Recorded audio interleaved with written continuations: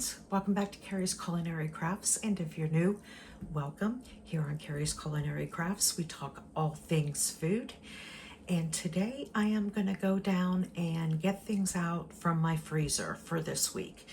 I am doing a big preserving week. I already preserved taco meat and seasoned chicken, which you guys would have already seen that video last week. So I'm going to go downstairs and see if there's anything else that needs preserved that I can take out of the freezers. I do know one thing. There are tomatoes down there. There's a big bag of tomatoes, so I'm going to bring that up, and we are going to do some canned tomatoes, and I'm going to use the peels in order to make some tomato powder. So if you've never done that, make sure you stay tuned so you can see how to do that. Tomato powder is something wonderful to have on hand in order to like thicken things. Like if you are making a tomato sauce and it's a little thin for your liking, you can add tomato powder and it'll thicken that up. You can add it to soups. You can add it to anything at all that you want a little bit of tomato flavor and use as a thickening agent. So we are going to go downstairs and pull out anything else that I see, plus pull out the meats that I am going to use for dinners this week. I have been doing a lot of preserving on video, not much cooking.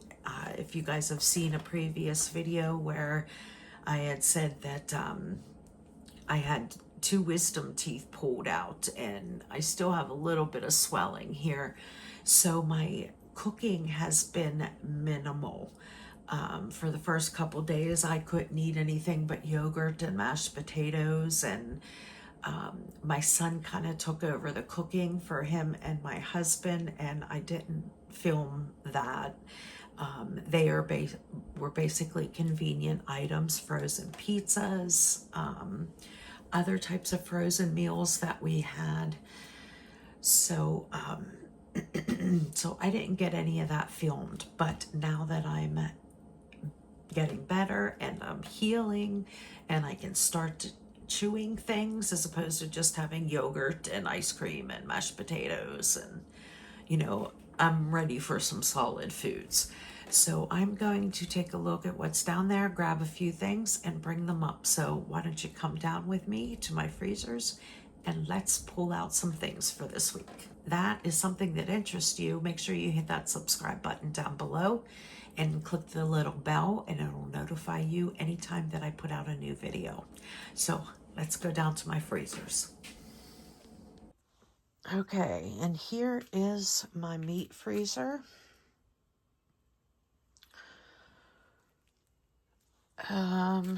Let's see, I have no ideas in my head what I want to make. So let me just grab a few things. Here's pork sauce. Here's a pork tenderloin. I think I'll grab that. And let's see, these are all pork products in here.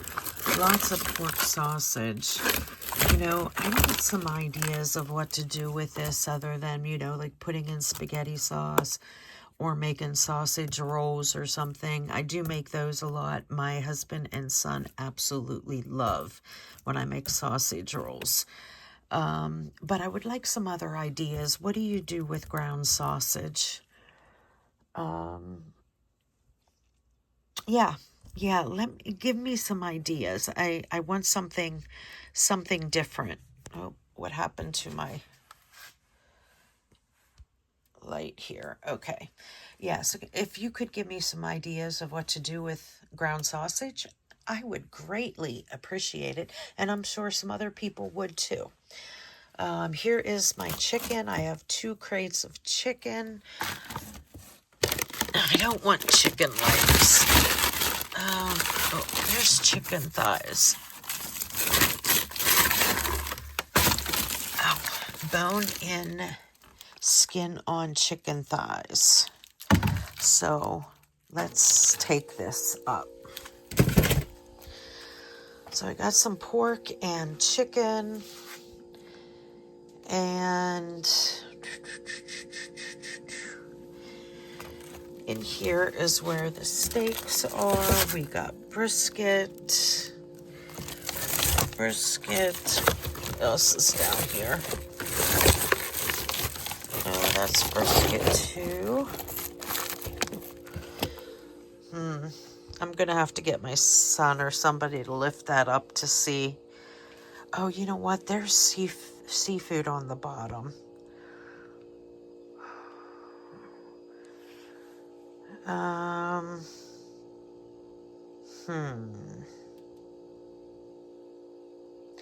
Okay, let me see if I can lift this bag up, and I'll bring you back if I can do that. Okay, I can't lift up either of those bags, so I'm going to have somebody else do that for me. So I'm just going to go ahead and take what I took out upstairs, and I'll show you up in better light everything that I grabbed, and we will get started on using up the things from my freezer. Okay, here is everything that I brought up from the freezer. Brought up a pork tenderloin, some chicken thighs, 2 low-carb tortillas. These are tomato basil. They both are. And here is all my stuff to make some broth. I have some celery. I have some onion peels. I have 2 chicken carcasses and bones. And I have some carrots. And then I have some tomatoes. Now, there's really not a lot of tomatoes in here. I thought that there was more than that, so I'm not sure if I'm going to can these up or if I'm just going to make them into a sauce and have a pasta dinner or something this week. So I'll think about that. We're going to go ahead and let them thaw so I can easily peel off the skins. And yeah, so we'll get started on that.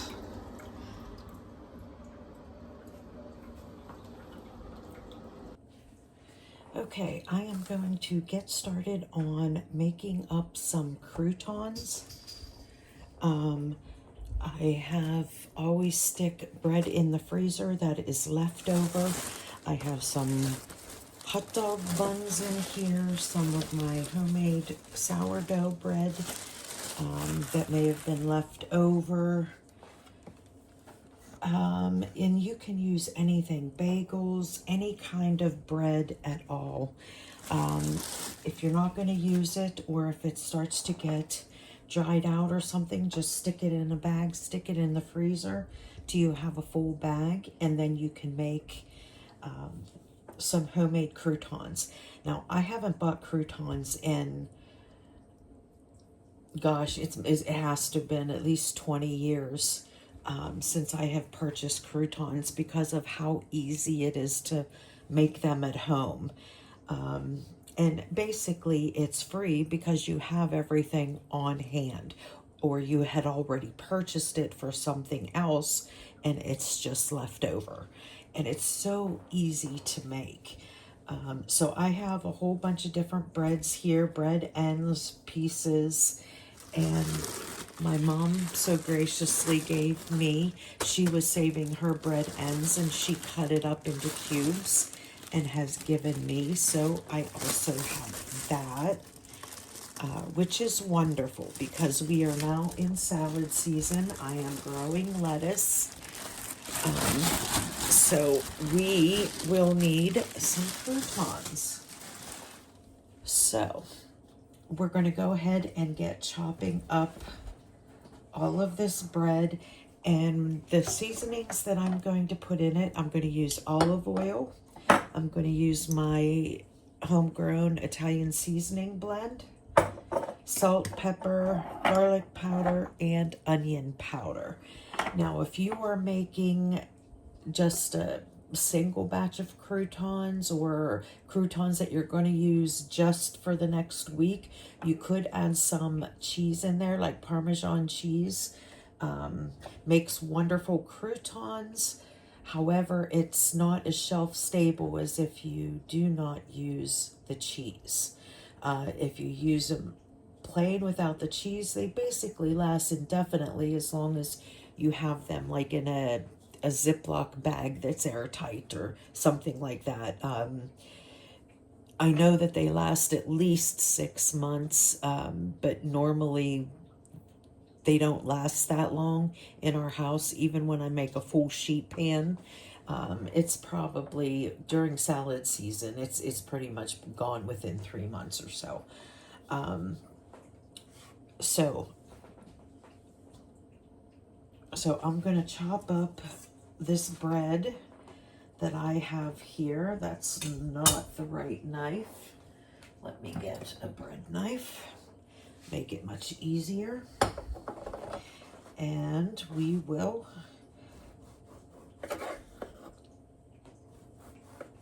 slice up this bread and put in my nice big bowl here.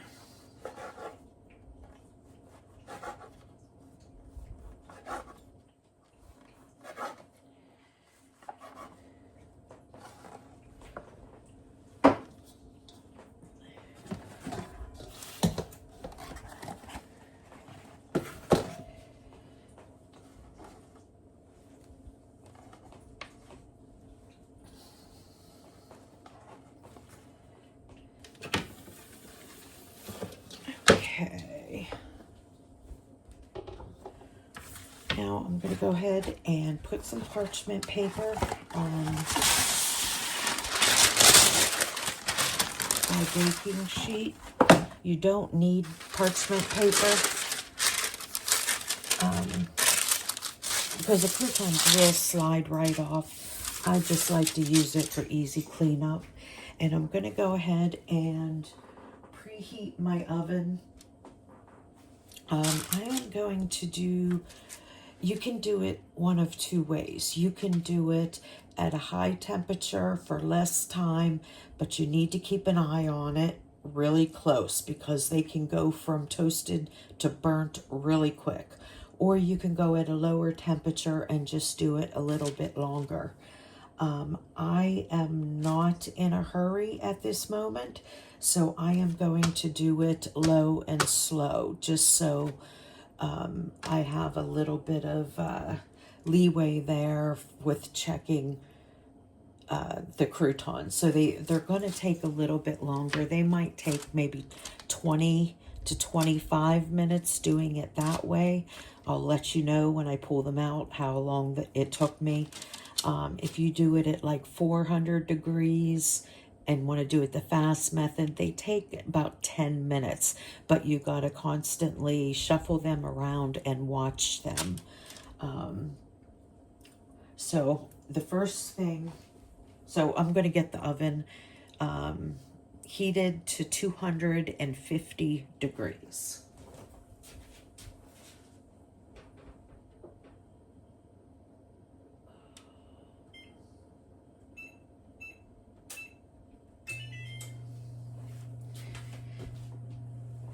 And now I'm going to go ahead and season my croutons. I got some lovely croutons here, and I love that it has all the different mixed kind of breads in here.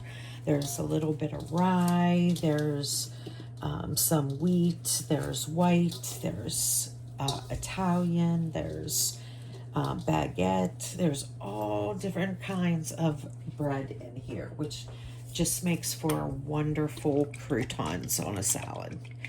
And I am going to put in maybe about a quarter of a cup of olive oil. This is a good quality olive oil. You can use any type of oil you want. You can use vegetable oil, you can use avocado oil, any type of oil at all. I'm making these Italian flavored, so I'm just going with the olive oil. The next thing you're going to do is you're going to add some salt. Pretty decent amount of salt. Bread doesn't have much flavor, so if you add quite a bit of salt, it just, because there's so many different kinds of bread in here, it's really going to bring out those tones of flavor for those specific breads. So salt, pepper. Now I'm adding my homegrown Italian seasoning blend. Good time, it's summer. Look, I'm down to this much. I know that I have some dried parsley and oregano, but I do not have any dried basil at this time. So, and I have in my indoor greenhouse, I have about 20 basil plants going. Plus my arrow garden over here, I have 6 basil plants going. And they're all about this tall, so they are ready to go out and be planted outside. So that first round, I will go ahead and dehydrate. So I can have, I need to fill up a quart jar of basil to last me from one year to the other. And then after I have that amount of basil dehydrated, then the rest of it is going to be used for other things, like my herb butter and pesto, things like that. And then if I have time for another round at the end of the season, another full round of basil, then I will go ahead and dehydrate it. And that I will put into a Mylar bag with an oxygen absorber and put it in my long-term storage. If I need it, I can go ahead and grab it. But I would have some extra. That's if I have time at the end of the season. Okay, now I am going to, you know what, I'm going to use gloves.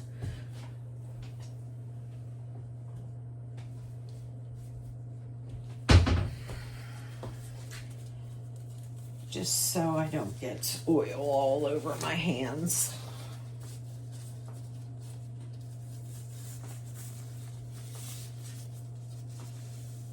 Okay, then I'm just going to give this a nice little mixy mix and get everything covered. Get that oil dispersed and all of those seasonings. You want all of the croutons to be flavored. Okay, I think we're good. Smells wonderful.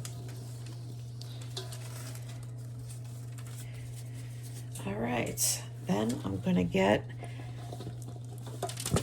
and see if I can get all of these on here. I probably won't be able to because I have more than one bag. And you definitely want them in one layer so they get done evenly and get all nice and crispy on all the sides. Because if you double the layer, then what's covered in the middle will not get crispy. It'll stay nice and soft. And you don't want soft croutons.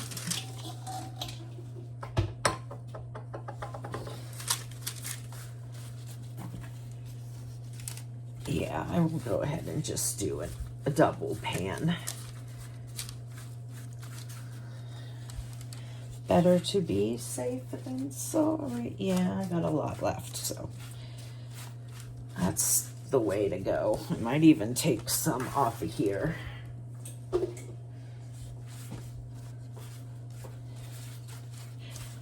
Just spread these out a little extra. And just in time. My oven has now preheated.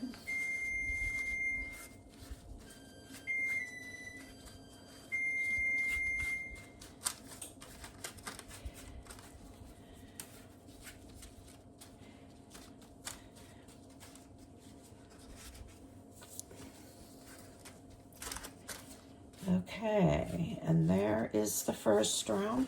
I'm going to go ahead and stick these in the oven, and I'm going to set my timer for 10 minutes, and at that point I'm going to stir them around.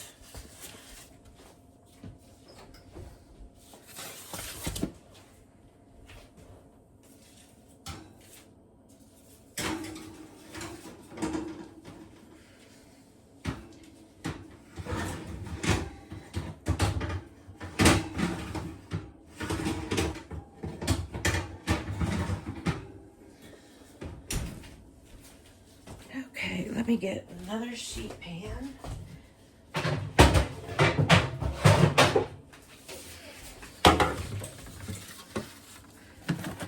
Some more parchment paper.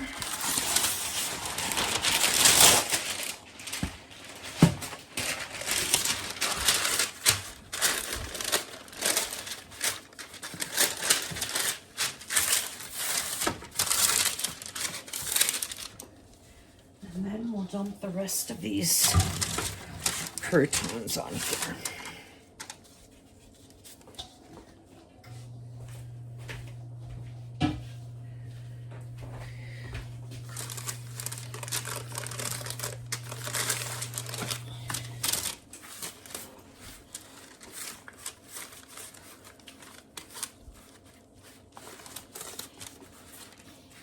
Gosh, they smell so good. Wish you guys could smell it.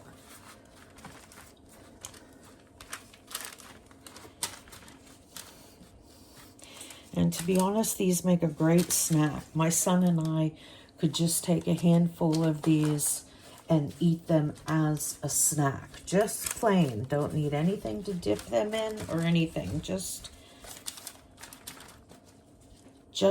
like this. And there's the second pan. Again, this will go in the oven. I'm doing it low and slow, 250. I will flip them at 10 minutes and cook them for another 10 minutes and see if they are done or if they need more time.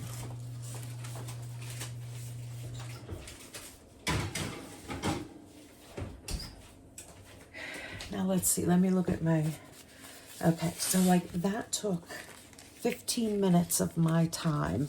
And that includes all the talking that I was doing as well. 15 minutes of my time, and I'm going to have croutons for months. So it is wonderful. That is something that I'll do 2 or 3 times during the summer. I will make croutons. I will definitely make sure that, and I kind of make them like all throughout the year, but in the summertime, I'll make them several times. And then for the winter, I probably only have to make them once or twice to get me through to the next season, because the beginning of the year we always do a pantry challenge, and I don't get to have much salads. I'll have a little bit that I can grow in my greenhouse, but it's not really enough to sustain us to have like a salad every single day. So I don't make them as often in the winter time, but summertime, definitely. So I will bring you back whenever I am going to check them and give them a nice stir in about 10 minutes. Okay, it has been a little over 10 minutes. May have been closer to 15 minutes. Whew. I'm gonna pull out my tray and test my croutons.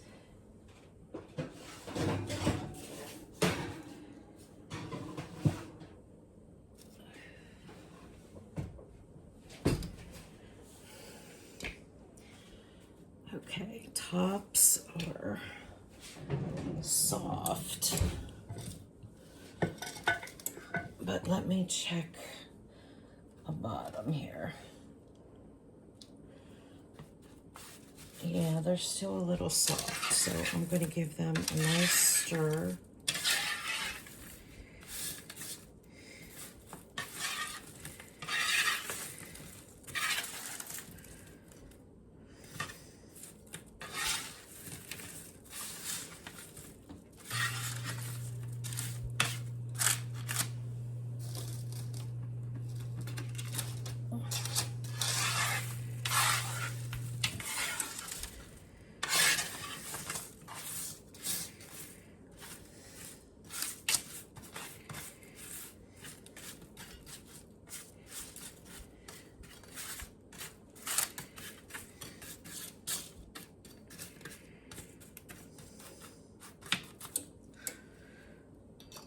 And we will put those back in.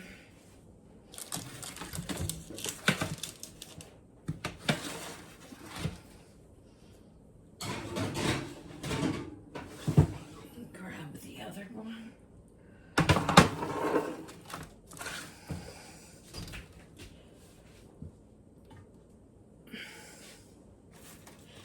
Okay, this was the first pan that I put in. And these feel a little further along. Can you hear that? It's crunchy on that side and starting to get crunchy, but in the center it's still squishy. You see that? So I'm going to stir these around.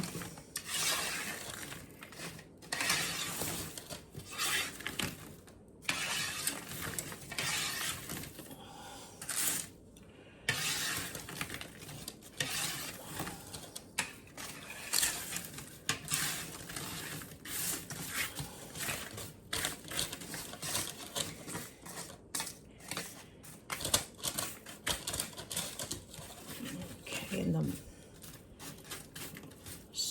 just starting to get a little toasty, but see, here's a big one, crunchy on some of the sides, but in the center it's still soft. But this one is almost done. This one is probably going to be done about 2 minutes before the other one because I put it in sooner than the other one. So I'm going to put these in.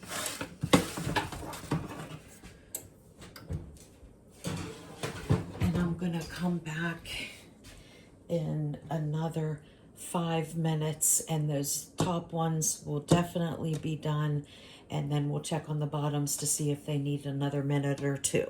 So I'll see you back here in 10 minutes.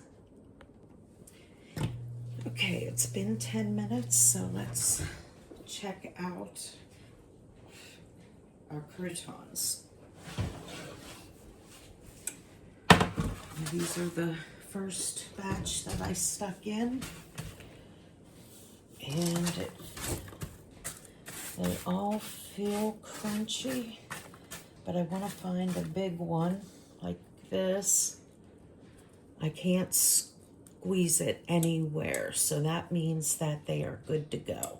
And I'm going to test one out.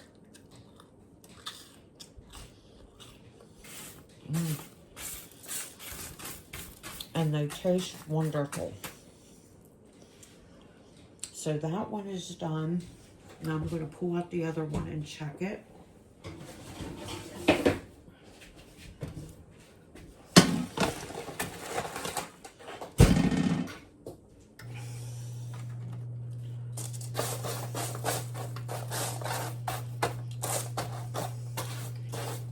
Okay, now these can use another minute. I can feel some of them.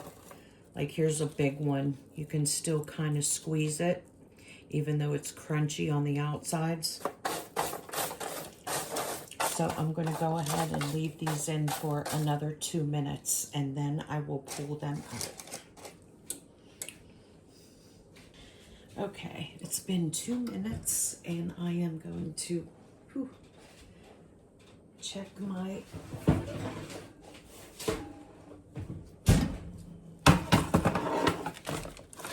last rack of croutons, and they are definitely crunchy. So let me pull a big one here. I can't squeeze it on any of the sides. You hear that crunch? They are done perfectly. So I'm going to turn off my stove and I'm going to let both of these cool on this rack. And once they are completely cool, then I will put them in a Ziploc bag and they are good to go for at least the next 6 months.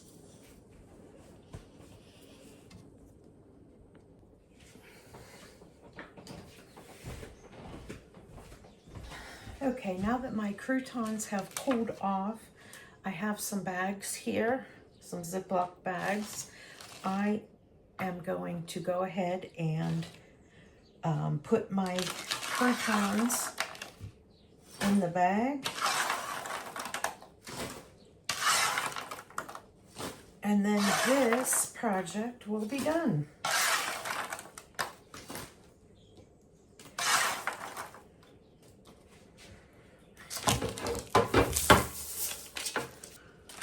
Now all these breadcrumbs, we're not going to waste those either. These are perfectly toasted breadcrumbs. So I will stick these in a little baggie and I will put them in my freezer. So anytime that I need breadcrumbs, I can go ahead and grab them out of the freezer.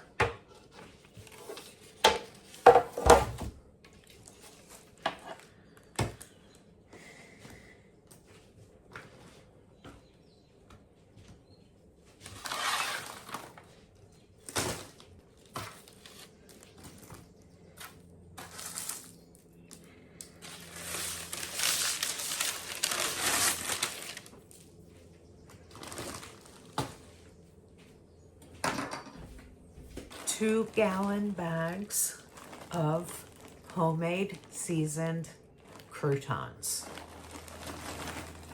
Shelf stable up to 6 months. Oh no, stepped on a crouton. Okay, and the last thing I'm gonna do here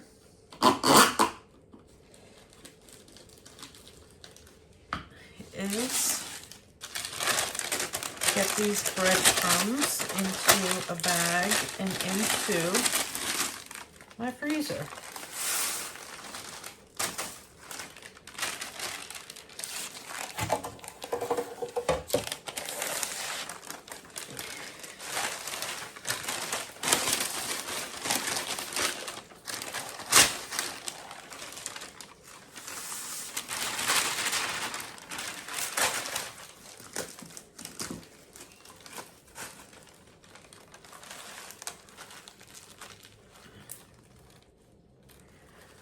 Now we have some seasoned breadcrumbs, and I will just keep adding to this each time I make croutons and store it in the freezer so it will last a long time.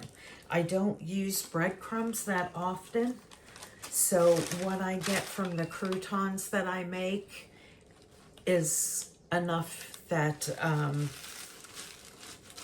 our family needs, because pretty much I only use breadcrumbs for making something like chicken parmesan or something, and I don't make it that often. So, but when I do, I have homemade breadcrumbs. And that'll do it for the croutons, and we will move on to the next thing. Okay, we are going to continue on with the tomatoes, and as you can see, once they thawed out, there really is not much here. So what I'm going to do is I'm going to go ahead and make dinner with these tomatoes tonight. I am going to make, since it's Cinco de Mayo, I am going to make a Mexican dish, a Mexican lasagna dish. So I will use these tomatoes and some taco meat and some tortillas, and we will have a Mexican lasagna, and you will see that in another video. But for right now, what I'm going to do is I am going to put these tomatoes in a separate bowl, and then I'm going to put the skins on these dehydrating trays.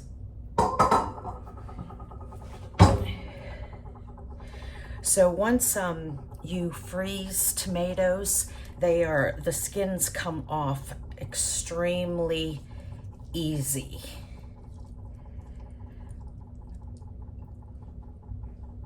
So I'm going to put the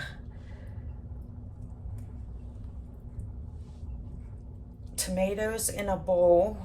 I pinched off the core, and I'm going to put these skins on this dehydrating tray.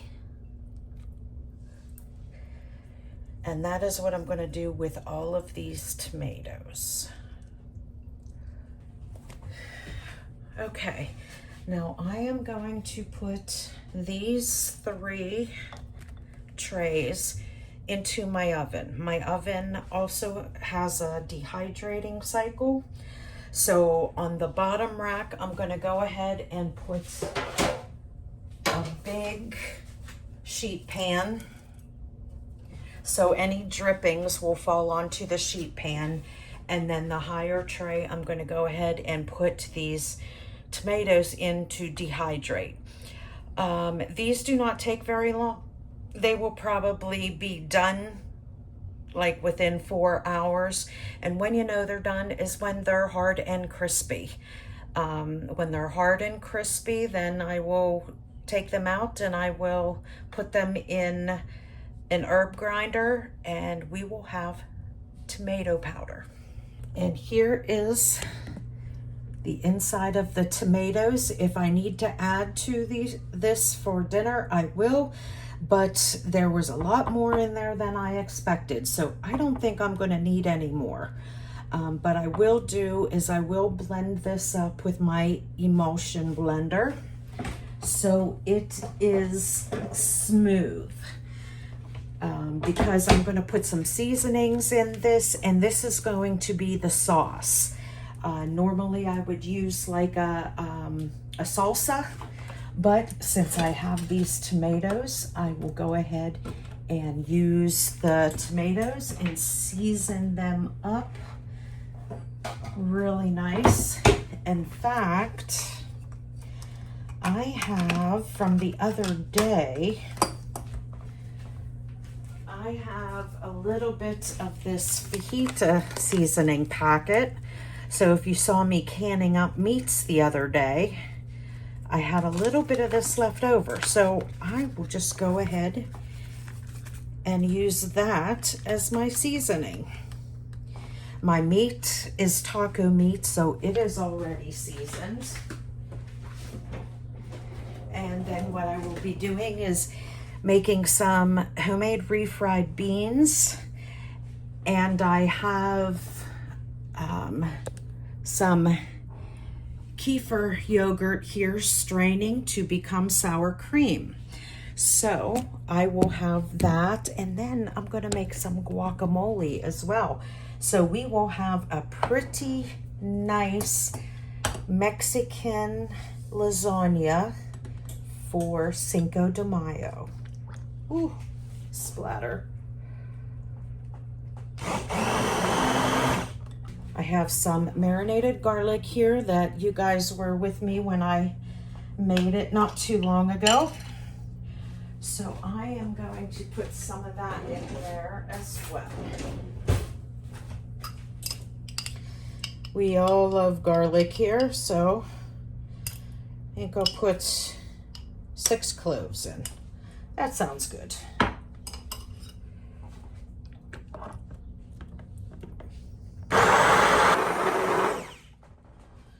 Okay, I think that's good. Now I'm going to give it a taste because before I threw that packet away, I did not look to see if it had salt in it. I'm sure it does, but I'm just going to double check it just to be sure. Okay, yes, definitely need some salt and some pepper. Garlic is coming through nicely.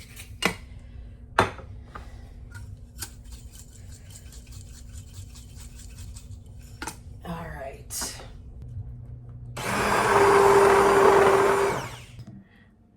Okay, and here is the tomato peels that we dehydrated.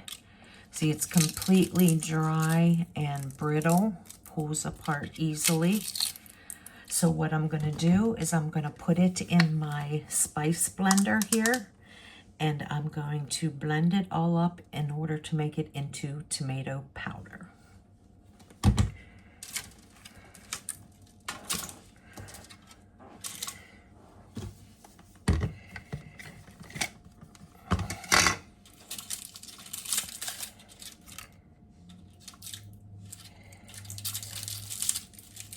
Okay, here is all 3 trays squished down in there, and I'm just gonna put my lid on and give it a little zippity doo dah.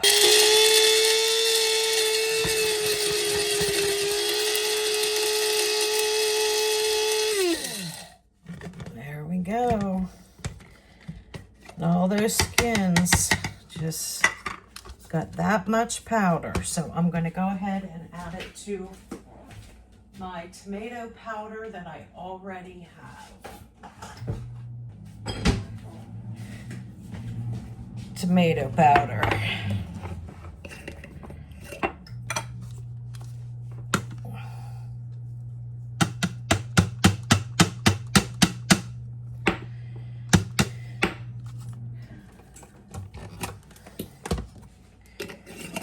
All right. And there we go. Just added it to my tomato powder jar. And we have tomato powder. Okay, for the next project that I'm doing during the freezer challenge is I'm going to make some broth. I pulled out a bunch of stuff from my freezer, and I'm going to go ahead and put these in my roaster. I have 2 chicken carcasses plus extra bones from other meals. I have a bag of onion scraps, a bag of celery scraps, and a bag of carrot scraps. So I'm going to go ahead and mix all of this in my roasting pan, fill it with water, put a lid on it, and I am going to probably cook this for 2 days. That is what I usually do, just to make sure we get all of the nutrients out of the bone that we can. The whole process, I think, will be in this video. If it's not, then it will be in the next video coming out. But we'll see how it goes. So I am just going to start out by dumping all of this stuff into my roaster. There's a carcass. There's onion scraps. There's another carcass plus bones. And some celery.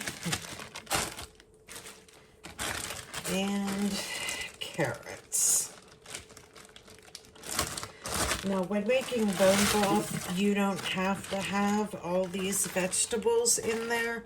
The vegetables add extra nutrients and more flavor, etc. But you certainly don't have to do that. Many times I just make straight chicken broth, which is just with bones and water. So it's totally up to you. You could add extra things or you can leave them out. It doesn't really matter.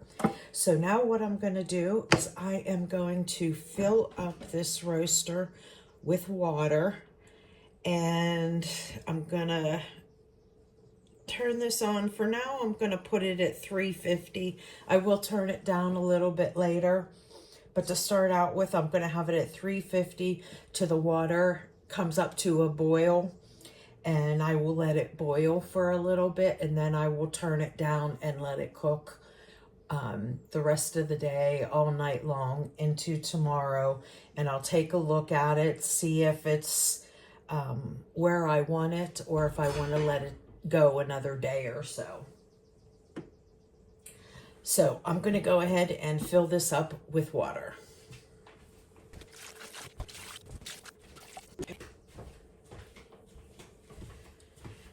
Okay. Now I got all my water in there. Just going to give it a little mix around.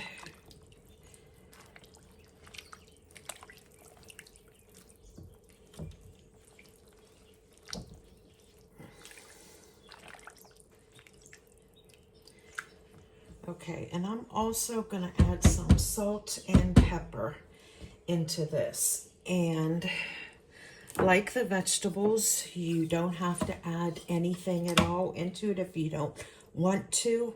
But I'm going to go ahead and add, I have some Moroccan white salt here. It's just very big crystalled salt. I am going to add that in.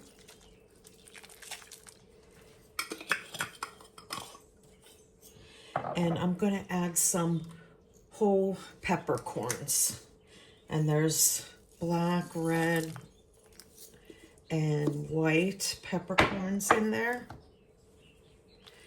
And that's all the seasonings I'm going to put in, just salt and pepper.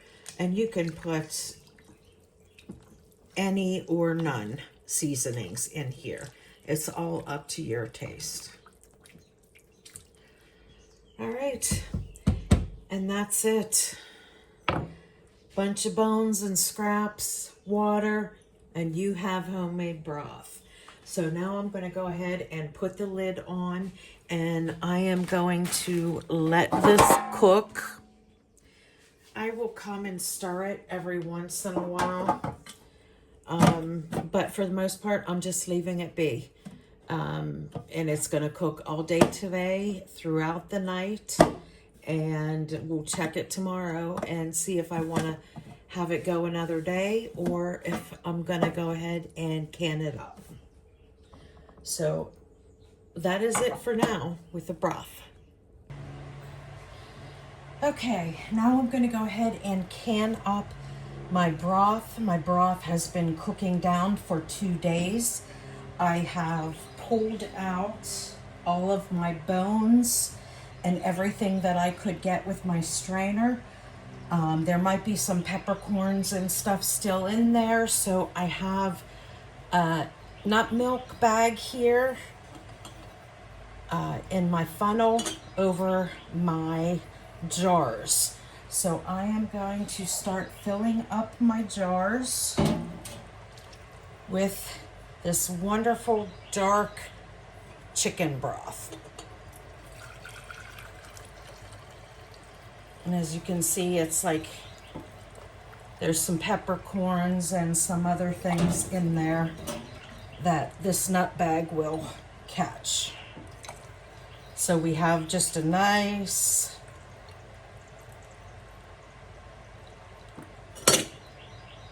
clear liquid broth.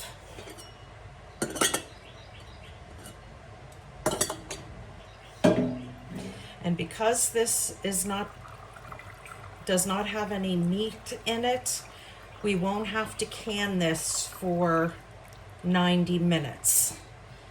These are quarts, so we will go ahead and can them at 25 minutes. If you were doing pints, you would do 20 minutes.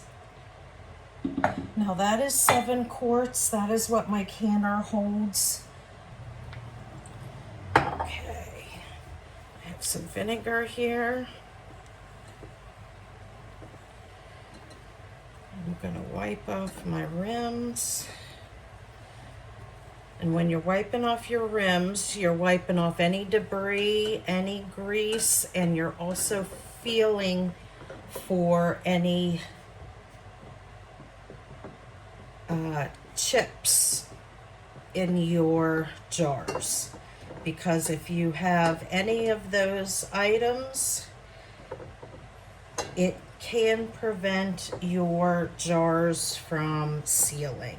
And if you're going through all of this to have some wonderful broth, you certainly do not want any jars to not seal. Okay. And then we'll go ahead and put lids on, and we'll put rings on. Just finger tight.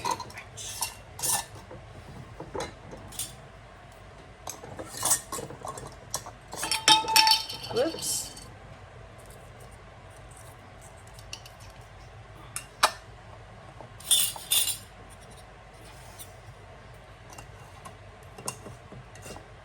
And if any rings do not go on easily, you want to go ahead and get rid of those ribs. Anybody who cans knows that always have an abundance of rims. So it's not worth keeping ones that are rusted or dented or anything like that. All right, now I'm going to go ahead and get these in my canner. Okay, now I have my heated water here, and I have a tray down the bottom so it keeps my jars off of the bottom. And I'm going to stick my 7 jars in here. That is how many my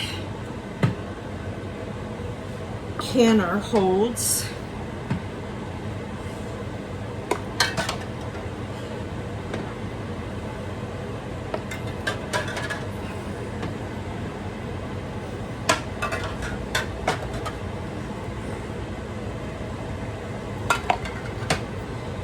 Okay, and now the process is always the same. The timing is different depending on what you're canning. So I'm going to now kick this up to high. I'm going to put my lid on it.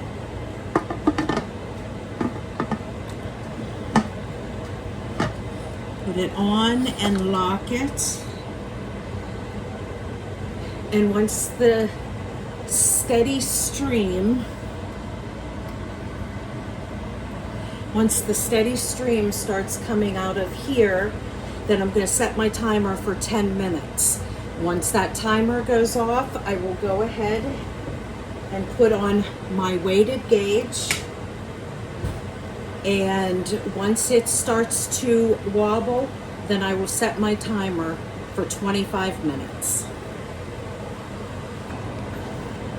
Okay, there is now a steady stream coming out of the canner, so I'm going to go ahead and set my timer for 10 minutes. And you do this because it needs the 10 minutes to fully come up to pressure. So we'll give it the 10 minutes, then we'll put our regulator on. Okay, my timer's going off, so I'm going to go ahead and put my regulator on. And I'm going to wait until this starts jiggling. Now, it's not going to take very long. It's only going to take like 1 to 3 minutes for it to start moving. And once it starts moving, then I'm going to go ahead and set my timer for 20 minutes or 25 minutes because I have quarts in there.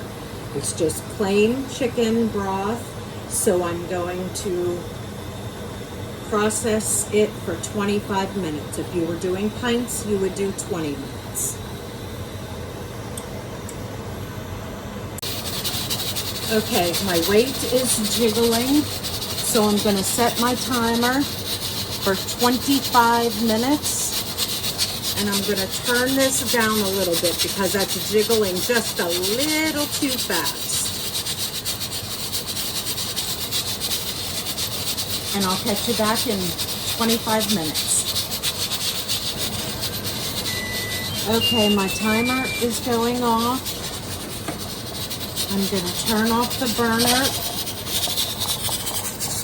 and remove that from the burner. And I'm going to let the canner depressurize on its own. This will take anywhere from 15 to 30 minutes depending on your canner. And once it depressurizes, I will open up the canner and remove the lid, and I will let them in there for about 5 minutes to get used to the climate outside of the canner before I remove them.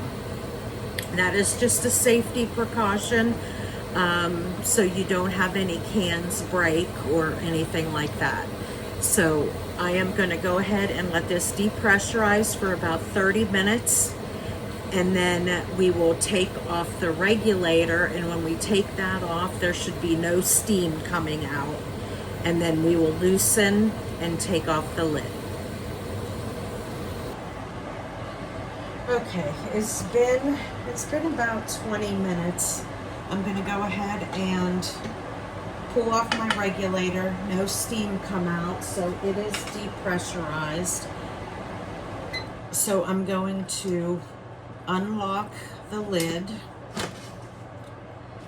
and I'm going to open it away from my face. You always want to open it away from your face, just in case there's a big difference of temperature between your kitchen and inside of your pressure canner. By opening it away from your face, that ensures that if something would happen to break, your face is shielded by the lid. We're gonna let this sit for about 5 minutes, and then we will pull them out and let them rest for 24 hours. Okay, we've let these rest I let them rest for about 15 minutes while I was doing something else. So I'm gonna go ahead and pull them out and put them on my drying mat here. You definitely don't want to put them straight on like a granite surface or something like that, because granite tends to be cold to the touch even if it's warm in your kitchen. So you don't want to put a very hot jar onto cold granite. So you want to make sure you have a towel or something down. Okay, and that's it. That is the chicken stock canning process, the whole process. Cooking it, canning it, preserving it. I will wait 24 hours before I take the rings off, check the seals, and label them all and get them on my shelves. Okay, friends, that will do it for this week's preservation. I think I'm gonna have in this video all three: the croutons, the tomato powder, the broth. All right, so that'll do it for this week's video. I hope you enjoyed this, and remember, hit that subscribe button down below. Click the bell so you're notified every time I put out a new video. And I will see you in the next one. Bye, friends.